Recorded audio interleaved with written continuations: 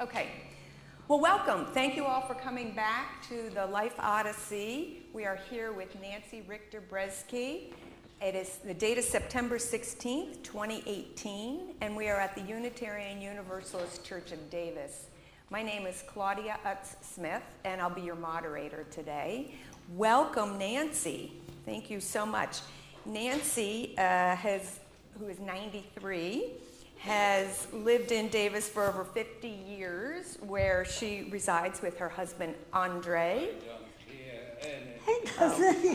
who's having trouble hearing. And together they have raised 2 children, Jan and Ava. And Nancy, welcome. Thank you very much. And I feel very honored to have been included in this Life Odyssey program. And I especially want to thank you for being such a very inspiring supporter, and I've enjoyed working with you. Ditto. Thank you, Nancy. Nancy was raised as a Unitarian in Pittsburgh, Pennsylvania, and has told me repeatedly that she's proud to be a Unitarian. And she's been a member of the Unitarian Universalist Church of Davis since 1964. Again, welcome. And what we're going to see today is the threads of Nancy's lives. This is an original piece of art, and it looks like your thread through your journey has taken some twists and turns, as we're about to hear. Again, welcome. So let's look at that thread that runs through. I know that you joined this church before we even had a sanctuary. They used to meet in the Roundhouse over in East Davis, and with Bob St. Haas. And in those days, Nancy remembers a story performing in a skit, I believe, and it was directed by Ted Gould. But why don't you tell us about that? Well, that skit was written by a blind Unitarian man in Berkeley. I don't remember his name. Ted Gould was the director, and Ray Kopic played God.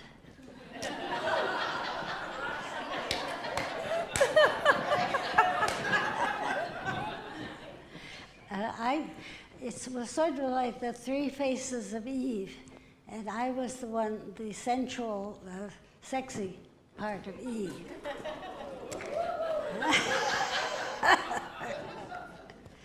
So I made up a little dance to go with it. There was a drummer accompanying me, and I started out like this, like a fetus, and then I gradually came alive, and I started dancing around in a circle, and wilder and wilder and wilder, and then croaked it. And that was very well received. And here you are. Especially by the men. She wore a very sexy little outfit. Oh, I want to add one word. Afterwards, I said to Ray, "You were very convincing as God." And he said, "In my family, the women made all the decisions." Now, I know that going on through the 40-some years, you've been really involved in this church in so many ways. You want to remind us some of the things you've done? Well, I remember I taught Sunday school for a little while with Yoshi Kaios, a very dear friend who's gone. We taught a class for little children. Her child was about so high, and our little boy was the same age. And we had them making collages. We had them go out and pick up found objects, flowers and leaves and other objects, and make collages. And I remember her daughter made a wonderful, very elaborate collage. And I enjoyed very much doing that Sunday school work when they did it. I was a board member for 1 year, just when we were trying to find a new minister for the church. I was on the care committee, which I enjoyed very much. I used to go, if the person was someone I knew and liked, I would drive to their home and sit by their bed and chat with them. And I enjoyed that very much. I felt that was something really worthwhile. I was in Allegra Silverstein's dance group for a while. I remember we did an Easter dance. I had wreaths of flowers in my hair. I enjoyed all those things. I don't know if Nancy Youngerman's here today, but she was the first person who taught me about dreams, about dream work, and how to understand one's dreams. And I wanted to thank her for that. I felt that was very, very important, and I have taken many classes and workshops about dreams, got involved in the International Association for Study of Dreams, and it all started with Nancy Youngerman's class right here in the church. And you went on to have your own dream group, did you And not? then I did organize a small dream group of Unitarian Universalist people, and that went on for 14 years, which I was told was quite unusual. And the wonderful thing about that was that some people in that group remembered dreams I had had years before. They remembered my dreams better than I did. That was really wonderful. Some people don't understand how important dream work is, but it's very important. And then more recently you contributed to our, it's probably not on your notes, but we just remembered that you contributed just very recently to our social justice sanctuary program as well. Yes, I did, and that's because all four of my grandparents were immigrants, poor immigrants, and I feel very strongly about what's going on now, and want to help the immigrants to come and stay here if they want to. Well, thank you for all you've done through the years here, and I also know that you have a super busy, typical week currently, even at age 93, and in addition to helping take care of your husband, Andre, and organizing your fabulous team of helpers, what do you do to take care of yourself? Well, I do as much as I can. When I wake up in the morning, I do 15 minutes of mindful meditation. I do yoga. I've been doing yoga for many, many years, 30 or 40 minutes of yoga. I do some exercises that I need to do because I'm getting rheumatic. I love to plant flowers in my garden when I have time. Yeah, a picture of me. I love my garden, and I love to plant new flowers around the jacuzzi. Every other weekend I try to drive to San Francisco, to my apartment there. I have our daughter and other people stay with my husband, and I just rest and recuperate. I don't see people, I don't talk to people, I just try to catch up on my sleep. And do you still get to go to the opera? We love opera. We've been going to opera, San Francisco Opera, for many, many years, ever since we came to Davis, in fact. And the opera season is just about to begin. We both love to go to the opera, and I'm still playing tennis. I can't run the way I used to. I can't run at all. But I still get out there and try to play, and I love tennis. And you shared that you are practicing Buddhism, or you're Well, working on it? Yes, I don't call myself a Buddhist. I am trying to learn from Buddhism, and You had an important teacher in that. I have a very important teacher, Frank Brzeski, who's been my friend and teacher for many, many years. He was the founder and director of the hospice, Zen Hospice House in San Francisco, and I worked there as a volunteer for a year. And he has now published a book which is called The 5 Invitations, and it's a combination of his basic Buddhist background and modern psychology. And the subtitle is What Death Teaches Us About How to Live More Fully. And I recommend that book to everyone. It's his basic principles of living, and it's a really wonderful book. Well, let's take a moment to kind of go back to your early years. Tell us about your folks in Pittsburgh and all the fun things going on. Here we have a slide of you as a youth. Yeah, very young.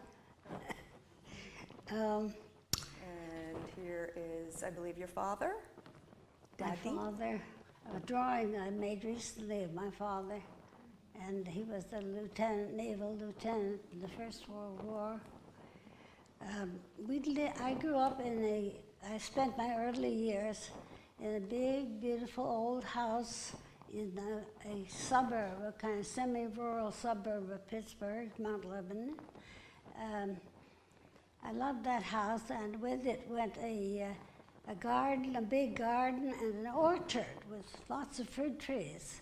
And the owner of that house said we could pick all the fruit and anything we wanted to do there. And I used to love to pick cherries from the cherry tree. And we had,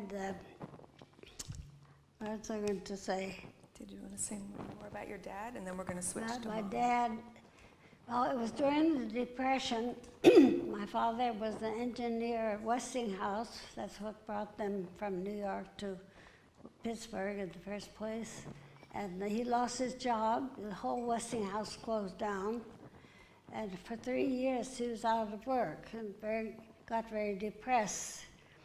And then he got a wonderful opportunity from the Roosevelt administration to go to Washington, D.C. It was a temporary job. And if it worked out permanently, we were supposed to come and join him there. And if not, he would come home. But he never came home. And I never knew why, and my mother never explained it to me. And I didn't see him for the next 17 years. So it was you and Mom. My mother was a lawyer, just like Marty. And she started practicing law in 1927, when there were really no women lawyers in Pittsburgh. And she had a brilliant career. She worked very, very hard. She used to say, I have to work harder than any man in the office because I'm a woman. And she did work very hard. Even on Sundays, she used to bring me with her down to the office when I was a child, and I'd sit there doing my homework or reading a book, and she was working on Sundays. She was a trial lawyer. I never saw her actually in the courtroom, and I regret that very much, because I think she knew how to win cases. So meanwhile, you were in a school that you said helped enrich your creative side, the folk school? Folk school. I loved folk school. Her friends all thought she was crazy to spend money paying for a private school, but it was the best thing she ever did for me. And this school is a lab school at the University of Pittsburgh, a school of education, and their principles are very much like our Unitarian principles. And you enter that school, you just feel joy. You just feel the excitement in the air. These kids are so eager to learn and to build things and to do things. And even the employees are very optimistic and upbeat. And I really loved that school. It was very good for me. And I know you stayed involved through the years, and in fact, she was the outstanding alumna. And that's the picture I believe we see on the screen. Yes, I got an award in 2008 as the best alumna of the year, partly because I had been doing some team teaching there, Dream Theater, and afterwards they did collages based on those dreams. And I think the main reason I got the honor was that I'd been helping them financially for quite a while, because I loved that school, and I want still to have some contact with them. It's beautiful. And there's a child in some creative endeavor on the screen also. Now, I know that in addition, so it was you and Mom, and your folk school was super important, But you told me that you also went to New York City where you had some other family members. You want to share about that? Yes, I loved going to New York City. My mother's family lived there. Her sister and her mother lived in Teaneck across the river, and I used to go there. My mother would send me by Pullman alone. I was 10 years old the first time I took this trip by Pullman, and I thought it was very exciting. I loved doing it. I had no fear. I didn't know there was anything to fear. And my uncle would meet me as soon as I got off the train in New York, and he would always take us to circuses and shows. There's a lot of fun. I thought New York City was really terrific. And then, few years later, you went on to graduate from the University of Michigan, did your graduate work at the University of Chicago, and I understand you have a master's degree in sociology.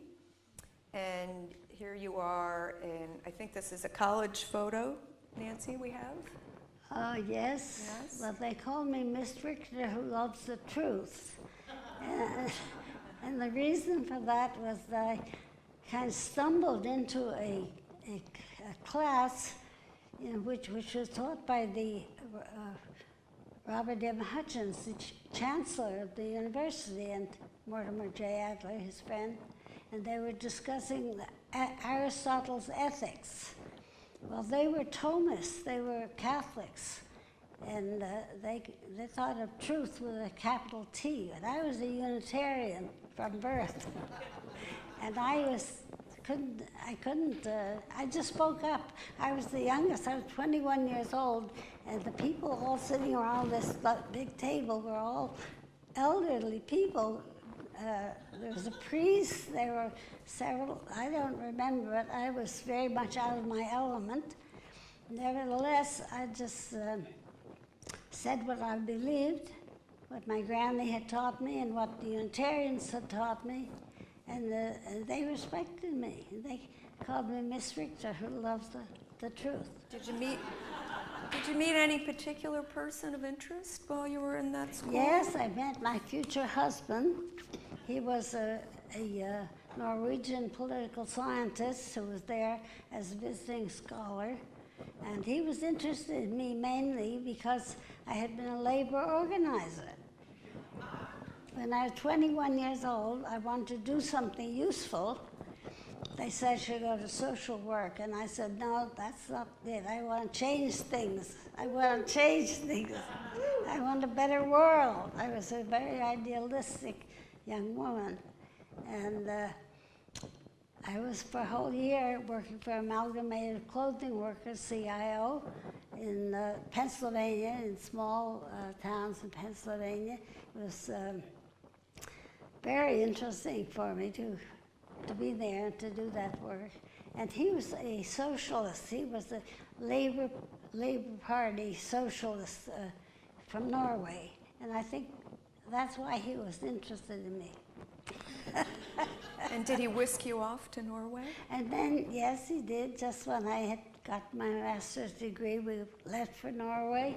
I spent 4 years there in the 50s, right? They were still recovering from the war and the German occupation. It was very hard. Everything was rationed. They had nothing available, but the people were wonderful. They were hospitable, and they were wonderful to me. And if I understand correctly, you loved it so much you went back last month. Is that did. true? You went to visit. Yes, I did. This last month I spent 12 days in Norway and Switzerland, visiting places where we had lived, where I had lived in Norway and where our family had lived in Switzerland, up in the high mountains. And it was wonderful. The people remembered me, and I felt it was a homecoming. It's wonderful. Yeah. Now, but meanwhile, for 59, almost 60 years, you've been married to Andre. Yes, that's right. How did you two meet? Well, nobody will believe this, but my first husband, who we were divorced, a friendly divorce. In Norway, you just sign a paper and you get a divorce. And he was, I was working as a departmental secretary in the University of California, Berkeley, a Scandinavian department, because I knew Norwegian. And he happened to be there just above, one flight up, as a visiting professor. And one day he told me he would like to get back together with me. And so I invited him home to dinner. I had a lovely little cottage in the Berkeley Hills, surrounded, it looked out on the Wildcat Mountain, and it was surrounded by eucalyptus trees, a very beautiful, quiet place. And he said, "Do you mind if I bring a friend?" And I said, "No, that's fine, bring a friend." He brought Andre. And the rest is history. That's right. 59 years. Next month, we will celebrate our 59th wedding anniversary. Yay, that's wonderful, yeah. And then how is it that you landed in Davis? Well, Andre tried to get a job here in Davis, and they didn't have any jobs. So he got a job in Wayne State University in Detroit. Well, I had left Pittsburgh and come out to California. I loved California. I hated Pittsburgh. And in those days, it was smog city. It was just terrible. And so we were in Detroit. We had just arrived there with little baby Ava. And we got a phone call from the chairman here saying, well, there wasn't any job when he came, but now there's a job available. So we had to spend 1 year in Detroit, and then we came back, and I was very, very happy to return to California. With these two little cutie pies, you see them up on the... Those are our children, Ava, who's here today, and Jan, who couldn't come. There's the whole gang. The whole family. I should just say a word about the children. Ava is a filmmaker and works as the film editor, and very involved in Buddhism. She's a Buddhist teacher, actually, and very involved in her temple in San Francisco. And Jan has his own business in Los Angeles in real estate, and doing quite well, and has 2 children. We have 2 grandsons there. And I want to mention Harry up there. Harry, part of my extended family. In the cap, yeah. The cap and gown, just graduated from Colorado, University in Colorado. And he's now in the Peace Corps in Africa, but I took care of him. I was his babysitter when he was 2 months old. And he looked just like our son at that age. And I fell in love with him. And I've been following him around wherever he was, and now he's in Africa. I don't think I'm going to follow him to Africa. I'm very proud of him, and I'm very proud of Ava and Jan. They grew up under difficult conditions, but they have turned out very well. Any more about that? Oh, yes, I want to mention Agnieszka, my stepdaughter, Andre's Polish daughter, and her husband, Joseph.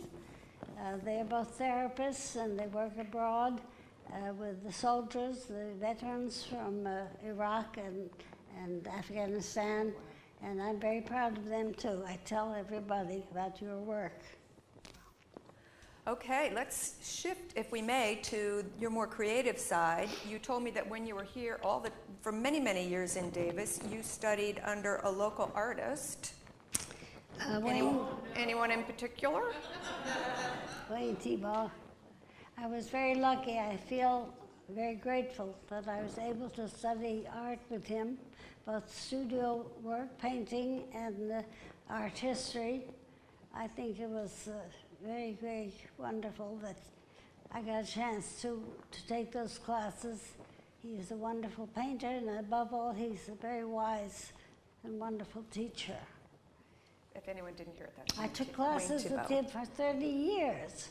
And when I'd come back to take these art history classes, which were always something new. He had slides, we looked at all the slides, we commented on them. And when he saw me there, he said, "I think you've taken this class before."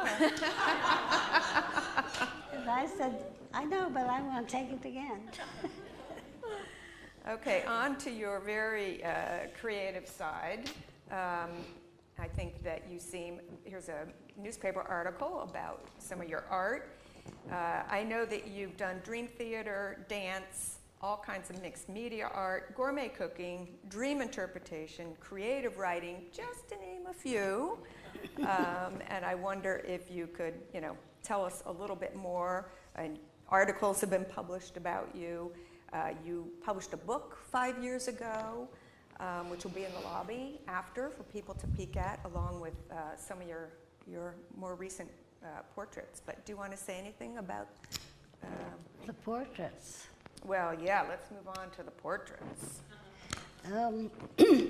I had a wonderful art teacher for 5 years in San Francisco, an Italian master who could do sculpture and encaustic painting and drawings. They said his work seemed to come from the hand of Leonardo, and that is really true. And he showed us, among other things, these beautiful Fayum portraits. These were used with the mummies when they did the mummification in Egypt. They were painted mostly by Roman painters in Egypt around the time of Christ, before and after the time of Christ. And they all had these big black eyes and black hair, and they looked straight at you. And each one seemed to be an individual, a real person. Well, they were real people who were painted. It was all part of the mummification, the religion, because they felt that they believed in afterlife, and it was important to identify the person in the afterlife. So I fell in love with them. I fell in love with them. I thought they looked like me. I had very black hair in those days and dark eyes, and I looked people straight in the face the way they do. Wayne Thibault said their eyes are fixed on eternity. And I was just fascinated by those fine portraits. In fact, I've seen the originals in many museums in Europe and also in San Francisco and Los Angeles, and they're wonderful. Your pieces are wonderful too, and this one in particular, do you want to say a word about it? Well, I had made in Ugo's class in the 50s, I made a mosaic with his sitting beside me like a midwife. I said, "You have to sit here with me." He didn't do it, but he had to sit there just in case I didn't know what to do.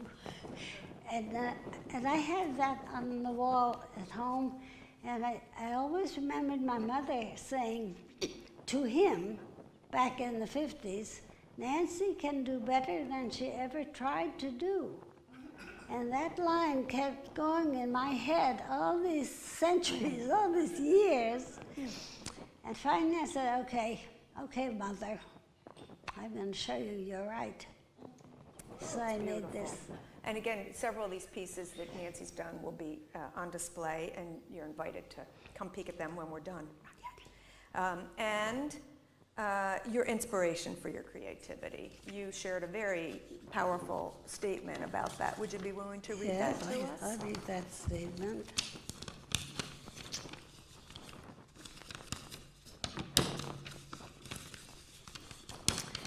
My art comes from my gut, from my heart, from my unconscious mind, from my innermost depths.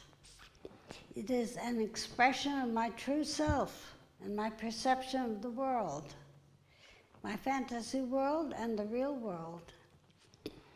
I often feel that I am a visionary, a channeler through whom the beauty and harmony of nature and of people are transmitted. I feel I have what they call the gift of God, a special gift which I want to share. As a bipolar person, making art has been my salvation, a never-ending challenge which I couldn't resist. Very powerful. Thank you for sharing. I wrote that back on my 90th birthday a few years ago. Beautiful. Now, through the years, you've been asked to share your creativity in so many ways, be it through workshops, groups, parent volunteer, the publishing of your book, lots of monetary awards, including generosity to this congregation. And you've always responded really generously with your time, your talent, and your money. What motivates you to be so generous in spirit? Well, I love people. I love my family. I love my old friends. I love folk school. I love art. I love dream work. I love being a fairy godmother. Perfect. That's just perfect. Thank you. Well, in a moment, we're going to open it up for questions. But before we do, I know many of your family members are here. I'm wondering if they would be so kind as to take a second and stand so we can meet you all, greet you all. They are here.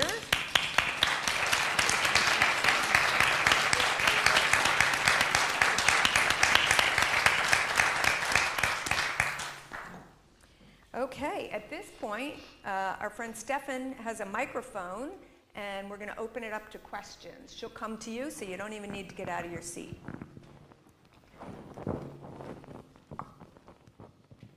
Nancy, I've had the privilege to visit you at your home and see a lot of your artwork there, and one thing that really astonishes me is the variety of media that you work in. I know you've done a lot of paintings. You've done some beautiful ceramic sculpture. You've got mosaics, as we saw. I remember that beautiful chicken wire bird sculpture that we had on display here for a special event that so entranced the Romingers that they bought it before you could even get it home.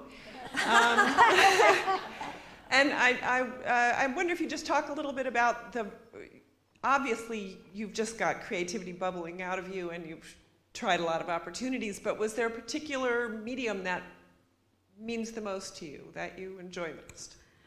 Well, what I've been using the last few years are water-soluble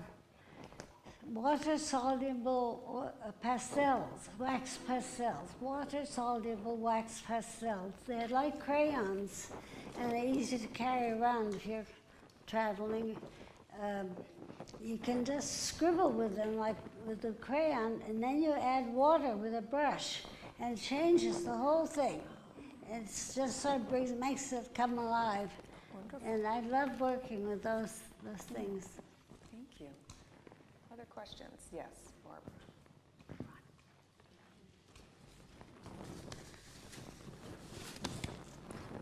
I would just like to know if Nancy's favorite yoga teacher, if there is one. I can't hear you. I would just like to know if your favorite yoga teacher. Do you have a favorite yoga teacher? Yoga teacher, well, I had teachers. I don't have any yoga teacher now. How about Allegra? Allegra was my dance Oh, teacher. but she also, okay. I was the dance choir.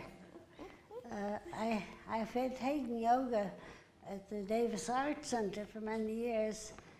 The most recent one had to leave Davis, and now I just do it on my own. It's wonderful. And your favorite dance teacher? My favorite dance teacher? No, I was part of the dance choir here in the church. Okay. Allegra was Thank you. in charge. Thank you, Barbara. Who else? We have time for one more. No questions? There's one more. One more. My tennis friend. I think I would be failing if I didn't. Can I say something? Yeah. You didn't discuss your tennis teaching, how you learned how to play tennis. She started learning 40 years ago in Davis with a tennis pro, who's, I'm panicked now, so I don't remember his name, but he went... Doug Atkinson. Doug Atkinson. And he moved to Folsom. And every Wednesday, she drives to Folsom in her fancy little green car and has a lesson, and then a jacuzzi, and then lunch. And then she comes back.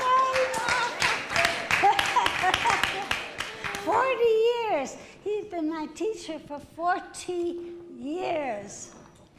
Wonderful. Well, thank you for sharing that Thank you. tidbit. Thank That's you, wonderful.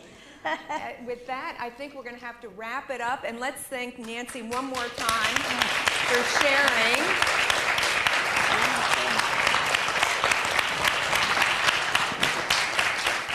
And I want to remind our friends that a few pieces of Nancy's work and your book, yes, are on display in the social hall, thanks to Susan Kopic.